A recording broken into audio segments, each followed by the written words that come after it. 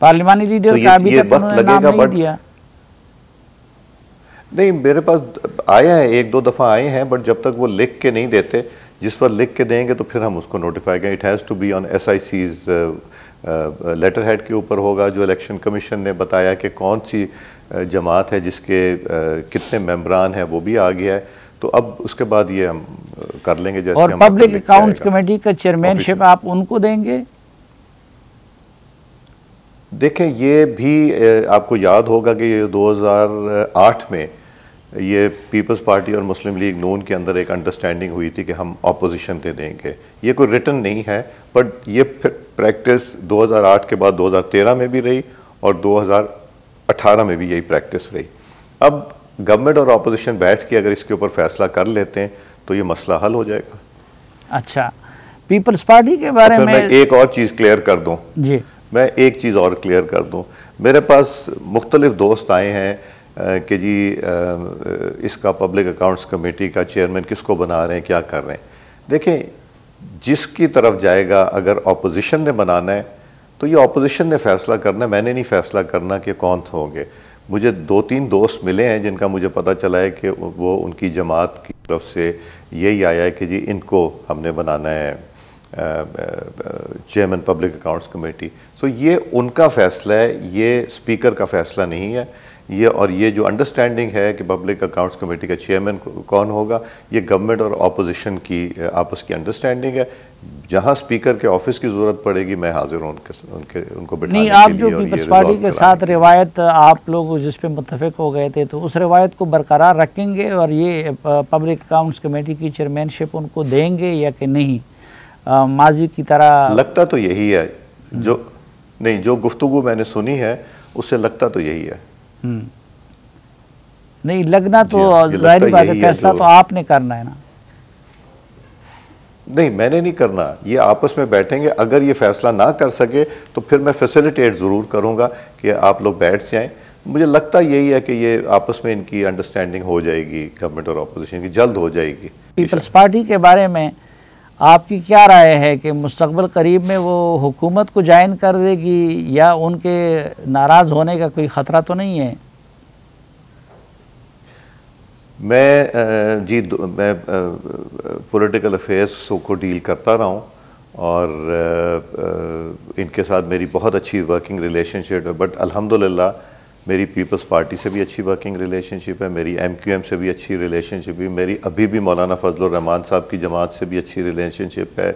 मेरे जो अपोजिशन में मेंबर्स बैठे हुए हैं, बहुत से हमारे पुराने कोलीग्स हैं, कई हमारे दोस्तों के बेटे या भतीजे हैं और कई जो नए भी आए हैं वो भी मुझे कहीं ना कहीं से डायरेक्टली या इनडायरेक्ट जानते हैं, तो मेरा उनके साथ भी एक अच्छा रिलेशनशिप है। सो मुझे उसमें कोई दिक्कत नहीं आती कि उसमें हो, बल्कि आपको तो पता ही है कि शेर अफजल मरवत साहब का भी और मेरा ताल्लुक़ कोई अच्छा ही है, जो कि उन्होंने तो स्टेटमेंट दी थी, फिर हमने चाय भी बैठ के इकट्ठे पी थी। तो ये मेरा ख्याल है कि हम इकट्ठे बैठ के अगर मिलेंगे, जिस तरह वक्त गुजरेगा तो ये बेहतरी आएगी, सिस्टम में बेहतरी आएगी और कार्रवाई जो है ऐवान की उसमें भी बहुत बेहतरी आएगी। पीपल्स पार्टी की जो अंडरस्टैंडिंग है नून लीग के साथ, ये स्मूथली चल सकती है? मैं उस एग्रीमेंट का हिस्सा था और मेरा ख्याल है पीपल्स पार्टी एक जमहूरी पार्टी है और उन्होंने साबित भी किया है वो साथ चलेंगे और वो साथ चल के जिस तरह अभी भी चल रहे हैं। और मैंने एक और भी चीज़ देखी, जिस तरह एक वो टैक्स रिलेटेड एक बिल आया था जिसमें ट्रिब्यूनल्स के हद तक हमने जाना था, फिर ट्रिब्यूनल कमिश्नर को और कमिश्नर के बाद ट्रिब्यूनल और फिर कमिश्नर की एक पावर होगी, उससे ऊपर के केसेस ट्रिब्यूनल डील करेगा, नंबर ऑफ़ ट्रिब्यूनल। उसमें जो बिल आया था वो पीपल्स पार्टी और MQM वगैरह से शेयर किया, इसी तरह अपोजिशन के साथ शेयर किया और वो भी तकरीबन बहुत करीब भी था। सो मुशावरत अगर साथ साथ होती रही पीपल्स पार्टी से लेजिस्लेशन और पार्लियामेंट के हवाले से, तो वो बेहतरी की बात ही करते हैं, अच्छी बात करते हैं। कई चीज़ों पे उनकी अपनी ओपिनियन है, बट वो ये नहीं कि ओपिनियन में रिजिड हो जाएं। पीपल्स पार्टी वाले ओपिनियन अपनी चेंज भी कर लेते हैं, उसको मॉडिफाई भी करते हैं और बेहतरी भी लेके आते हैं। तो ये नहीं वो कहते कि बस ये ख़त्म हो गया, ये हमने इस इशू पे बात ही नहीं करनी, ये नहीं उन्होंने कभी कहा। ठीक सरदार साहब, हुकूमत तो आप लोगों ने ले ली, लेकिन आप बड़े अपने सीनियर साथी खो रहे हैं और शायद खाकान अब्बासी साहब, सरदार मेहताब साहब, इसी तरह के लोग पार्टी को छोड़ रहे हैं। तो आप लोग नहीं समझते कि इस वक्त मुस्लिम लीग एक जवाल की तरफ गामजन है? नहीं, मेरा नहीं ख्याल। देखें, मैं तो इसमें यकीन करता हूँ कि हमारी इज़्ज़तें जो हैं हमारी जमात के साथ ही मुंसलिक होती हैं, और हमें जो वोट मिलता है वो जमात की वजह से वोट मिलता है। हमें अपना ज़ाती वोट तो बड़ा थोड़ा होता है। तो जब हम ऐसा सोचना शुरू कर दें कि नहीं हम जमात से बड़े हो गए, तो शायद हमारी गलतफहमी होती है। तो मैं तो कभी ऐसे नहीं सोचता कि मैं अपनी जमात से ज़्यादा बड़ा हूँ।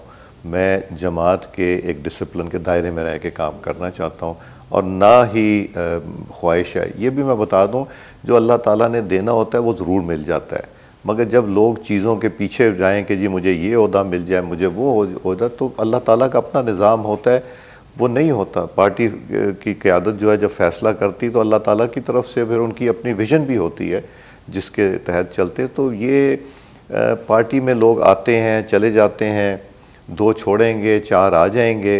मेरा तो मतलब ये हमारे कुलीग्स रहे हैं, शाहिद साहब और मिफ्ता साहब वगैरह, और मेरी अभी शादी पे मिफ्ता साहब से मुलाकात हुई थी, तो हम दोनों कोई 15-20 मिनट खड़े गपशप लगाते रहे। वो मुझसे गिला कर रहे थे मेरी जमात के बारे में, उनसे गिला कर रहा था कि आपने ये क्यों किया। तो ये हमारा एक रिस्पेक्ट का रिश्ता ज़रूर है, मगर सियासी रास्ते हमारे जुदा हैं। तो शायद खाकान साहब को रोकने की आपने कोई कोशिश नहीं की? शायद खाकान साहब को रोकने की उनका कोई इशू होना नहीं था। देखिए, मैं बड़ी सिंपल सी बात एक करता हूँ। नवाज़ शरीफ साहब काफ़ी तकलीफ़ से और परेशानी के बाद वापस पाकिस्तान तशरीफ़ लाए, तो मैं तो तवक्को रख रहा था कि शायद खाकान अब्बासी साहब उनको एयरपोर्ट भी रिसीव करने जाएंगे और हमारी स्टेज पे भी होंगे, क्योंकि हमारी जमात ने हमारे कायद मियाँ मोहम्मद नवाज़ शरीफ साहब ने अपनी सीट उनको बाई इलेक्शन के लिए दी थी। प्राइम मिनिस्टर के लिए उनका नाम नॉमिनेट किया, वो प्राइम मिनिस्टर भी रहे, हमारी जमात के प्राइम मिनिस्टर रहे, और ये भी हमारी अल्लाह ताला के बाद हमारी पार्टी के क़यादत का फ़ैसला था, हमारे मियाँ मोहम्मद नवाज़ शरीफ साहब का फ़ैसला था, शहबाज साहब का फ़ैसला था, और उसके बाद उनको बाई इलेक्शन में भी सीट दी।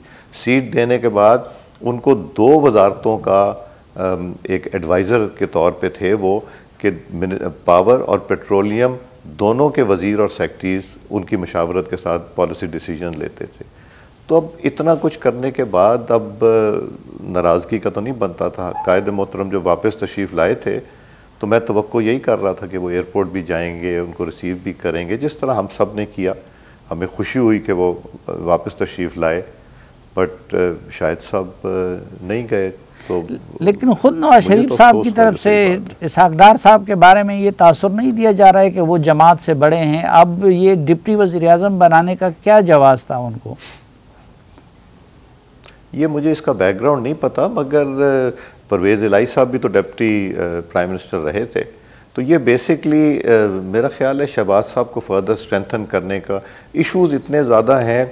शहबाज साहब मुझे पता है सुबह काम शुरू करते हैं, रात हो जाती है, कंटिन्यूस उनकी, मैंने ये 16 महीने में देखा ना बहुत करीब से, कि सबसे पहले वो दफ्तर होते थे, सबसे पहले वो उठे होते थे, हर चीज़ की वो मीटिंग लेते थे, हर चीज़ की फॉलो अप की मीटिंग लेते थे।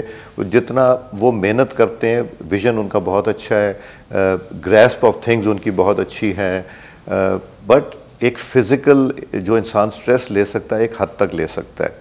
सो मे बी कुछ काम जो है वो डार साहब एज डिप्टी प्राइम मिनिस्टर कुछ चीज़ें संभालें, जिसमें कि शहबाज साहब को सपोर्ट मिल जाएगी कि जो चीज़ें उनको बैठ के फ़ैसले करने, वो चीज़ें बन के उनके पास आएँ, ताकि वो सिर्फ डिसीजन मेकिंग करें और उनको डिटेल में ना जाना पड़े।